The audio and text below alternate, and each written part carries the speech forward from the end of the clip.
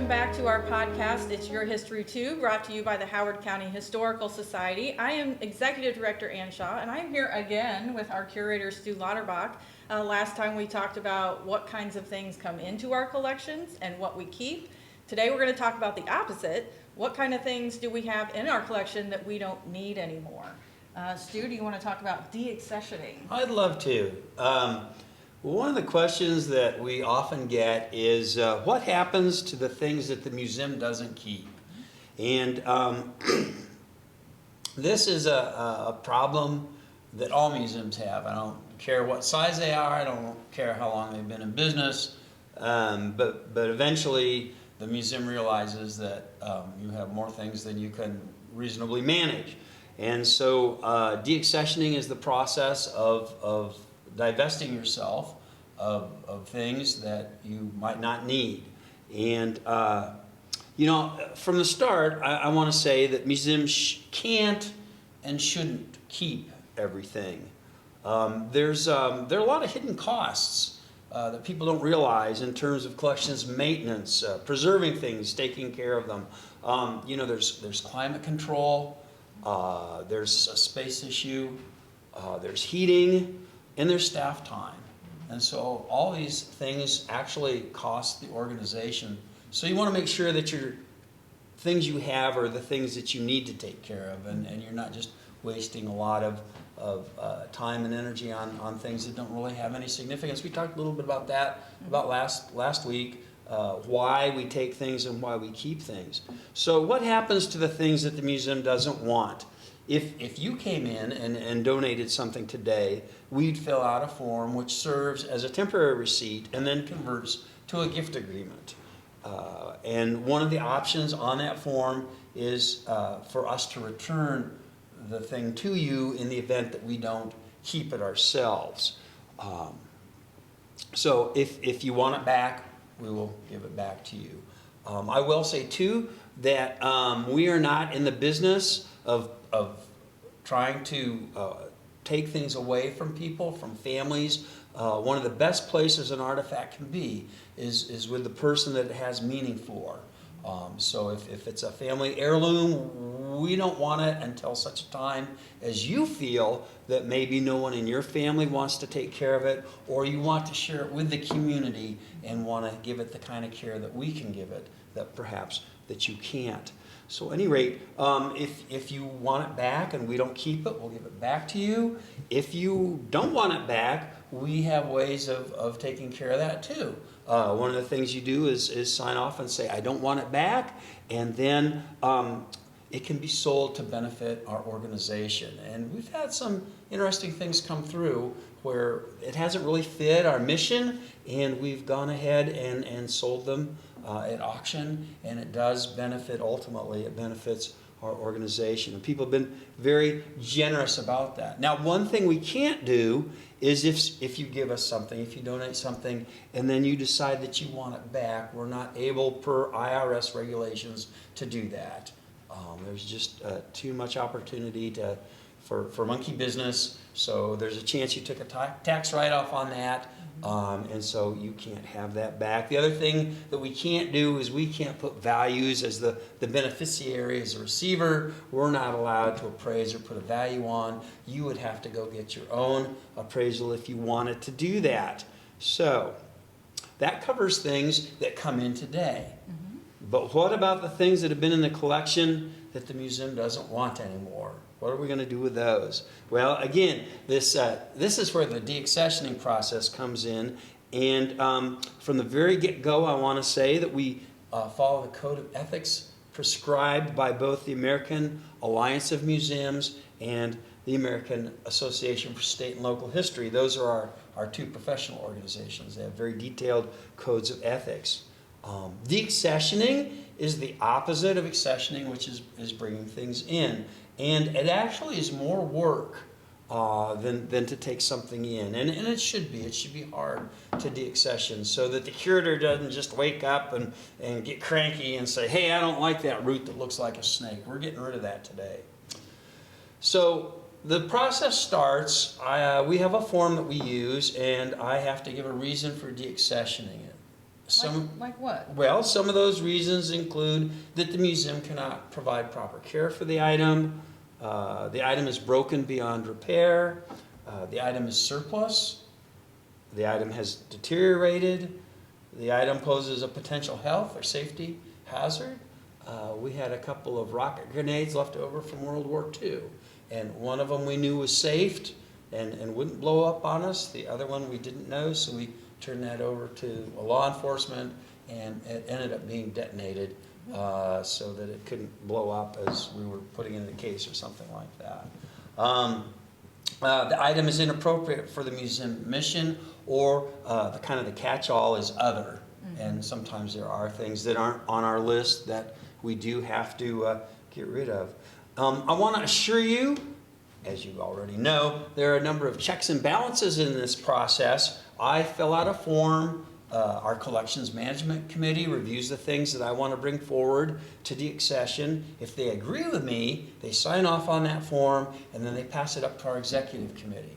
And they take a close look at it, and they see if it's something that we probably don't need, or we're wasting our time on, spinning our wheels.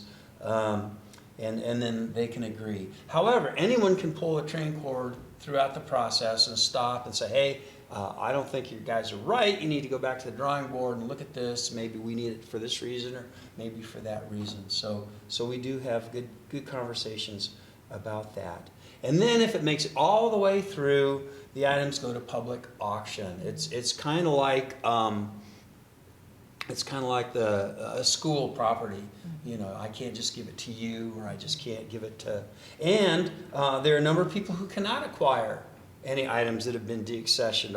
Our board, our staff, and our volunteers are not allowed. That's one of the conditions of being on the board, being a staff member, or being a volunteer here, is that you agree that you won't acquire these objects at public auction. Again, we want to adhere to those ethical principles that are in place for our safety. Now, the good news is once it does go to auction, the money is placed in an escrow account. The ethics again tell us that there are only certain things that we can do with that money. The money can only be used to either provide collections maintenance to those items which are significant, or we can use that money to acquire other objects that perhaps have a lot more significance to our mission, that really fit our collection. And we've been doing that for about the last 10 years. It was a really exciting day when we kind of stopped being passive collectors. In other words, people just bringing things in, to being active collectors and saying, hey, we really need that Miller medicine bottle to fit in our collection because Miller lived here. So that was exciting for me to do that. Let me ask you a question real quick that might pertain to last week's episode and this week's episode. What if someone brings in an object that is a copy of something that we have? Oh, a duplicate? Yeah. We already have one in the collection? Yeah, we probably wouldn't take that. We would counsel you about that up front. In fact, that just happened last week. Somebody brought in the one of the atlases, the Howard County atlases, and we would tell you that. We would give you the opportunity, if you wanted to donate it to the organization, to benefit our organization, to be sold. But yeah, we have a pretty good knowledge. Again, when we take something in, we'll look, and we have a lot of questions we ask, does it enhance our collection? Is it a duplicate? Is it in better shape? We do a fair volume of yearbook switching. We have a basic collection of all of the county yearbooks, and they're in various conditions. So sometimes one will come in better condition, and we'll deaccession the old one so that we can get it off our books and replace it with the new one. That was great. Yeah. So anyhow, a guy by the name of Dan Ribels, who literally wrote the book on accessioning and deaccessioning, said that sometimes if something gets deaccessioned, it often means that someone made a mistake.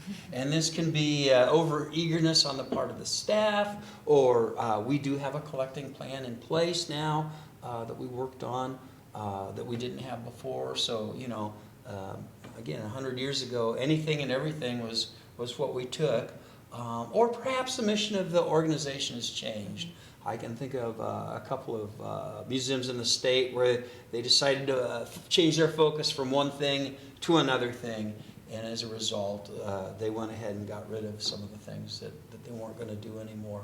Now, you might ask me, what kind of things have we deaccessioned? What kind of things have we deaccessioned? What kind of Stu? things have we deaccessioned? I mentioned the ash from the Mount St. Helens volcano, and we no longer have that because we've deaccessioned it. We have a lot of historic garments, and we don't know who wore them.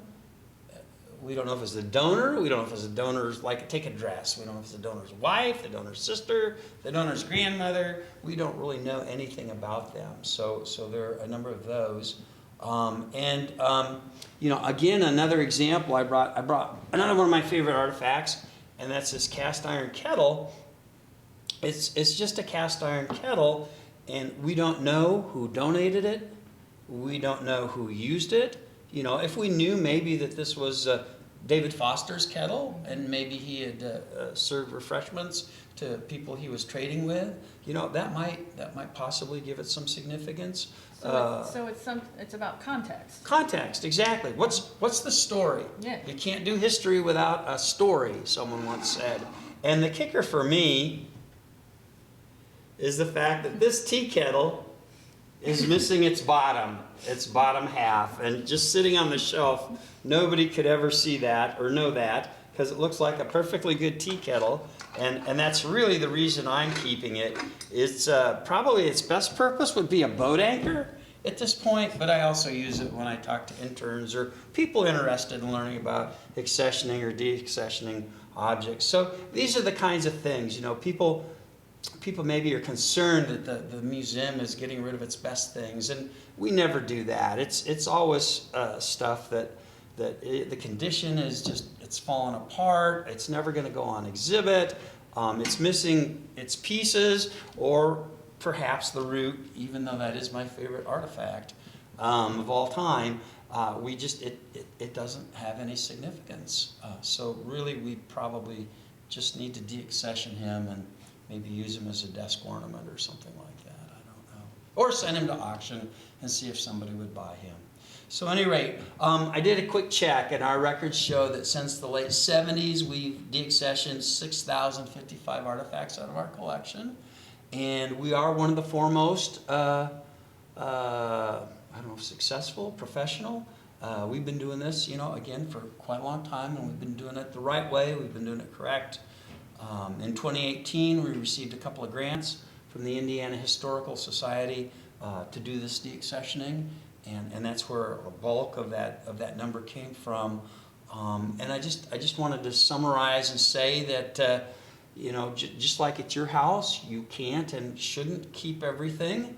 We're squeaky clean on our ethics, and the funds do go to enhance things that we either need to take better care of or things that we want to acquire that will fit our collection. So, do you have additional questions or any thoughts? I think this is great. I think it's good to let people know that we're not just taking everything. That's right. And we're not just keeping everything. That's right. And as we go through our stuff, if it's not relevant, we can get rid of it. We can. In an ethical manner. Yes. So that we do things that benefit the organization, from beginning to end in that respect. It really kind of comes down to being responsible managers of the resources that we have, and being good stewards of the collection. See what I did there? Yes. Okay. Thank you, Stu. All right. Bird. Okay. Thank you for watching today. This is the Howard County Historical Society's podcast, It's Your History Too, for a brand new episode.